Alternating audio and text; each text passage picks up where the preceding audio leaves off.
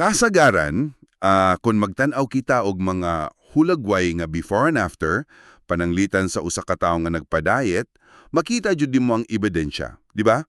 Sakto gyud kanang gikan sa dako ug tiyan nga anda to sa naay abs, klaro kaayo ang kausaban. Lagi, apan, kung hisgutan nato ang kaugalion sa kinaaya, sa kahiladman sa kasing-kasing sa usa ka tawo, kana nga before and after, medyo lisod sabdon. Dili nimo masukod sa timbangan. Og dili pud nimo na makita diha sa samin, kinahanglan gid nimo masinati ang tao. So sige, atong ining himay-himayon. Kaya ang atong laom nga pagtuki karon nagtuyok man sa usa sa labing grabing pagkausap sa kinaaya diha sa kasaysayan. Kanang gikan sa taong init kaayog ulo nga anda sa pagkasimbolo sa gugma. Unsa nga anda to? Nakadawat sa pinakadetalyadong pananawon dito sa usa nga umaw nga isla. Atong tukiyon ang leksyon 8 karon. Kining ang propeta sa Patmos. Ug aron atong masabtan ang leksyon matag adlaw, gamiton nato isip giya ang Sabbath Bible lessons. Og apil na pud ang pipila ka bersikulo sa Biblia, og syempre ang lawong nga mga detalye gikan sa libro ni Ellen G. White nga The Acts of the Apostles. Bale ang atong misyon para sa nimo nga naminaw karon mao ang pagsabot kung unsa kining leksyon na, unsay mga espirituahong pagtuluan ug unsay gisulti nini sa atong umaabot. Nindot na ang misyon, kay daghan jud tag makatun-an gikan sa kinabuhi ni Juan. Magsugod ta sa memory verse, kanang sa John 13.23. Naghulaygway kini sa usa ka disipulo nga naghilig sa baka ni Jesus. Ang disipulo nga gihigugma ni Jesus. Og si Juan man ang gipasabot ana nga nagsuwat sa maong basahon. Pero ang makapatingala kay giun sa man pag-abot sa usa ka tawong madumtanon ug mapahitaston nining puntoha nga tawong siya nga paborito. Kana gyud ang misteryo nga angay natong ugban karon. Sugda nato sa leksyon pagka Domingo. Aron masabtan nato si Juan sa Patmos, kinhangon atong sotawon kinsa siya sa Galilea. Kanang pagdisipulong gihigugma ni Jesus ba? Kasagaran magtuo man ng mga taong naay paboritismo si Kristo, di ba? Bitaw daghan magtuoan na apan dili kana ang tinuod si Jesus, walay gipili, gihighuma niya ang tanan parehas. So, unsay naa ni Juan? Ang makabibihag dinhi mao ang talagsong kinaaya nga anak kang Juan. Ado na siya'y labing receptive spirit kanang bukas kaayo makasing-kasing. Aw ka na mura siyag bata nga misalig lang ug maayo? Sakto, wala siya'y gitagong nga agenda. Ug tungod anong pagkabukas niya, nahimo siyang usa sa tulong nga nakasaksi sa labing privadong mga higayon ni Kristo. Kanan sa Transfiguration ug sa Gethsemane? Oo, ug labaw sa tanan, siya ang nag-inusara nga nagbarog dito sa tiilan sa krus, diin gitugani ni Jesus kaniya ang iyang inahan nga si Maria. Grabe nga level sa pagsalig, no? Dili tungod kay paborito, kundi sa kapasidad ni Juan sa pagdawat sa gugma. Pero, teka, naikipangutana alang sa leksyon sa Lunes. Sige, unsa man ka na.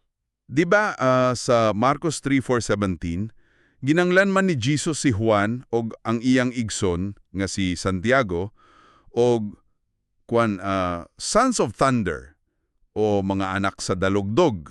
Oo, kanang Boanerges, sikat kaayo na naanga. Pagkadungog na ako ana na angga, ang musulod sa akong hunahuna kay mga taong isog, init og ulo, daling manulong, giun sa mang pagkahimong bukas og mapungauron dining tawaha. Natural nga matingala ka, kay wala man matao si Juan nga maaghupdaan. Kining Lunes, nagtudlo nato bahin sa usa ka kinayaha na nabalhin. Bale, aduna jud di ay siya dagkong mga depekto sa sinugdanan. Daghan kaayo, garboso siya, ambisyoso alang sa gahom, dali masilo, gusto pagani niya magpaulan og kalayo gikan sa langit, aron sunugo ng walay miabi-abi nila. Hala, grabe agud. Apan nga numan nga wala siya giabog ni Jesus. Kay ang pamaagi sa atong balaang magtutudlo lahi man sa atuwa. Nakita ni Jesus nga ilalom anang garboso nga panaway, ana ang may nitun og ginsasero nga kasing-kasing. So gibadlong siya, apan gipakita usab kaniya ang katahum sa pagkabalaan. Apan, giunsa man eksakto pagkausab sa iyang kinaya. Dili man igu ang sultis lang. Diha mo sulod ang gitawag sa atong mga tinubdan nga experimental knowledge o nasinatihan nga kahibalo. Unsa may bot ipasabot ana sa practical nga kinabuhi. Susama lang kini sa pagkaton og bag-ong pinulungan. Dili nimo na makatun-an sa pagbasa lang og diksyonaryo. Kinahanglan, mupuyo ka uban nila adlaw-adlaw. So si Juan, wala lang maminaw sa mga wali. Giobserbahan gyud niya giunsa pagtratar ni Jesus ang mga tao. Sakto jud, nakita niya giunsa pag-atubang ni Jesus ang iyang mga kaaway ug nga walay pagdumot. Ang spirituanong lesson dinhi kay ang gugma ni Juan mao ang epekto dili ang hinugdan. Epekto sa dako nga gugma ni Kristo kaniya. Nakaton siya sa pagkamaagop tungod kay giabsorb niya ang kinaaya sa iyang agalon. Nindot kaayo nga leksyon. Ug gana nga kalumo, maoy nag-andam kaniya sa iyang labing dakong pagsulay. Din hinata mosulod sa leksyon sa Martes. Din hinipgyud kini mahimong labing makapaikag.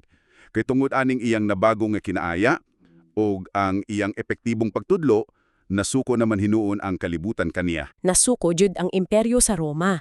Kanang gipatawag siya sa Roma aron husayon. Giakusan siya, di ba? Pinaagi sa mga bakak na saksi nga nagtudlo kuno og seditious heresies. Unsa ganito sa Binisaya? Bale, giakusahan siya og pagrebelde batog sa gobyerno. Kay para sa mga Romano, ang pag-ingon nga si Jesus ang Ginoo, nagpasabot nga dili ang emperador ang lawa. Political diay nga pag-atake sa iyang pananaw? Apan, mayo kayo si Juan mo depensa sa iyang kaugalingon dito sa korte, no? Lahi ragyod. Ang iyang kaisugog katinaw sa pangatarungan nakapahibulong sa tanan.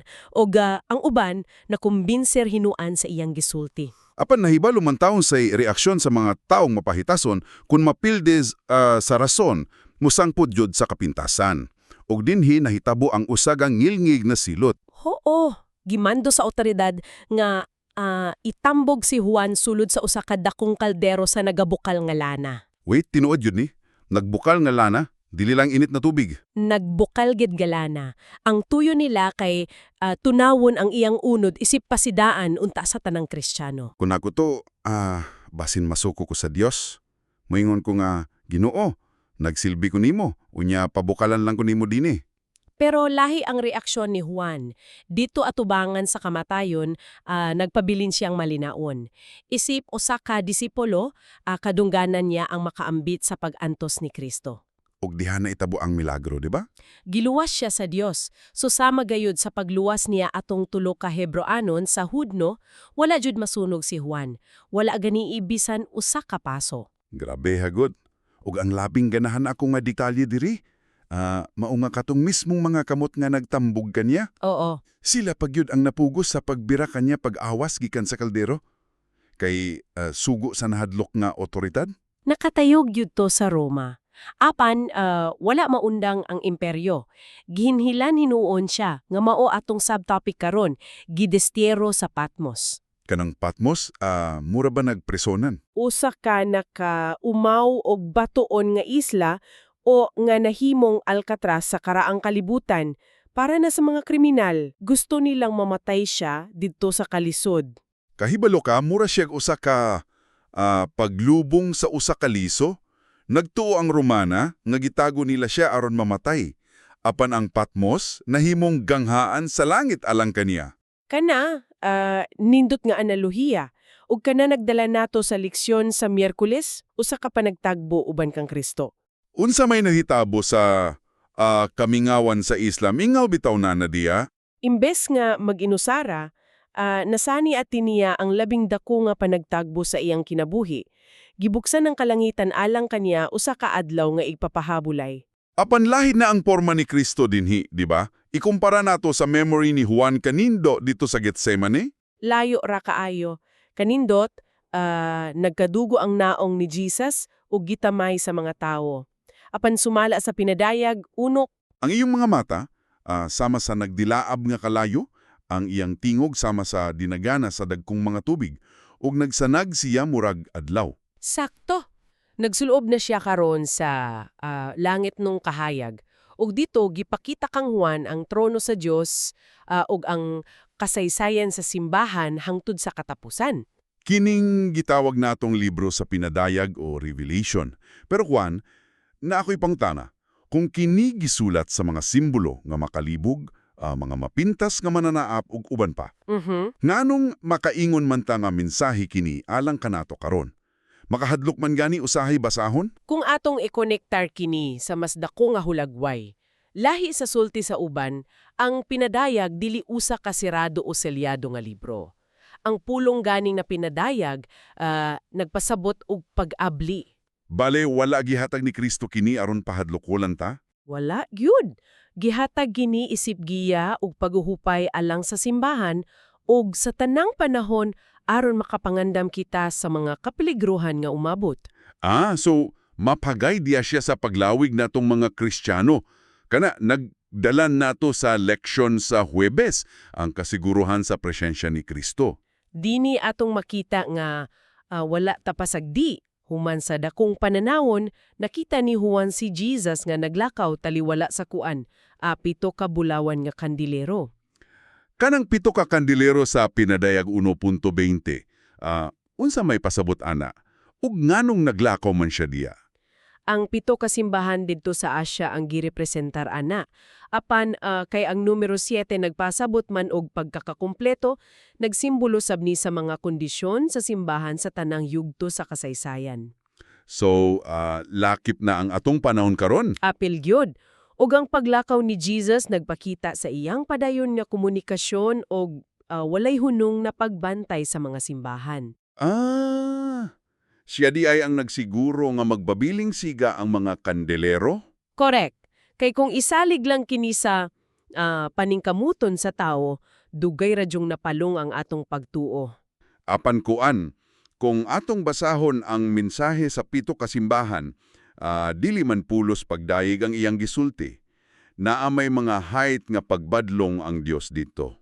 Kini nagpatungha og usa ka mahinungdanong pangutana. Unsaon nato pagsabot ang mga badlong gikan sa Dios? Maglagot ta? Ang atong natural nga reaksyon sa kasagaran kay mahadlok o mobati nga gisalikway ta sa Ginoo, di ba? Apan ng espirituanong pagtuluunan dinhi mao nga ang mga pahimangno o pagbadlong ni God gihatag inubanan sa hilabihan kamalumong nga gugma. Bali gibadlong ta niya aron maluwas ang atong kalag. Exactly. Gibuhat niya na aron mapanalipdan ang atong paglaom sa kaluwasan ug aron pukawon ta gikan sa espirituanong pagkatulog. Luyo sa badlong kay ang saad sa pasaylo. Kanang mora siya doktor nga isulti jud nimo nga naay kanser aron lang maoperahan ka og maayo. Mas lindot hinaon paminawon ang pagbadlong kung ingon ana. Maog yun na ang kinaay sa Dios. Ang nakatunan pud ni Juan sa iyang kaugalingong kinabuhi kaniadto. Nindot kayo nga pagkahanay. Buso, unsa may pasabot nining tanan para sa adlaw na Biyernes ato kining isummarize pinaagi sa pagtubag sa 5 ka personal review questions.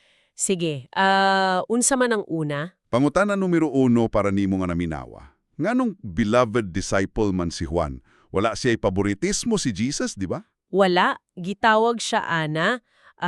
Tungod kay siya ang dunay pinakabukas og masaligon na kasing-kasing nga mudawat sa gugma sa Dios. Pangadua, unsay nakapausap sa iyang kinaaya, nga kaniadto, anak sa dalugdog man unta siya. Ang makapausab nga gahom sa gugma ni Kristo. Tungod sa iyang experimental knowledge o iyang nasietanan nga kahibalo samtang nagkuyog sila ni Jesus. Ug ang pangatulo, dun sa pagbuntog sa Dios ang daotang plano sa Roma batok kang Juan. Pinagi sa milagro. Kanang nagabukal nga lana, wala jud makasunog kaniya, ug ang iyang paghingilin sa Patmos nahimong pultahan aron iyang madawat ang pinadayag. Pang-upat, unsay buot ipasabot sa pinadayag alan kanato. Dili kini selyadong libro nga lisud sabton. Usa kini ka giya ug kahupayan aron mangandam kita sa mga hitabo sa umaabot. O katapusan, pangutana numero 5, unsay katuyuan sa pagbadlong sa Dios diha sa mensahe sa mga simbahan? Gihimo kini sa dakong gugma aron ipadayon ang kalayo sa atong pagtuo. Wala siya nagbadlong aron manglaglag, kundili para muhatag og kalinawan sa mga maghinulsol. Kompleto jud ang atong nakataon-an karon. Og gusto na akong ikonekta kining tanan balik nganahan imo ang atong naminaw karon. Kitang tanan dunay mga defects, di ba? Oo, uapan jud. Kitang tanan muagi nga murag mga anak sa dalugdog nga daling masuko og daling maluya. Apan ang samang Kristo nga naglakaw taliwala sa mga kandelero, nagbantay og nag-ugmad usab sa imong kinabuhi karon. Wala kaniya gibiyayan sa imong mga sayop. Gusto niya i-transform ang imong kinaiha parehas sa gibuhat niya kang Juan. O kining musunod mao ang akong ibilin nga panghunauna kanimo, sa dili pa kita magbulag. Unsa man kana? Kung ang pinakadakong amot ni Juan sa kasaysayan sa tao, kining libro sa pinadayag, naggikan sa iyang pinakangitngit nga higayon sa buos nga pag-inusara og pagkahingilin dito sa usa ka umaw nga bato. Grabe nga contrast to. Mao lagi. Unsa kahang tinago og dakong katuyuan ang giandam sa Dios alang sa kanimo sa mga higayon nga mubati kang nag-inusara o gisalikway sa kalibutan karon. Basin og diha jud ka makakita sa labing dakong plano sa Dios alang sa imong kinabuhi. Usa kog taong sama sa nahitabo dito sa Patmos. Kana maoy usa ka butang nga angay jud palandungon. Daghang salamat sa pag-uban kanamo ni ining makuti nga lawom nga pagtuki. Salamat kayo kaninyo og hinaot magpadayon ng inyong pagtuon sa atong leksyon. Ayaw kalimot nga ang Dios nagaatiman kanunay nimo. Hangtod sa atong sunod nga pagtuki, amping kanunay.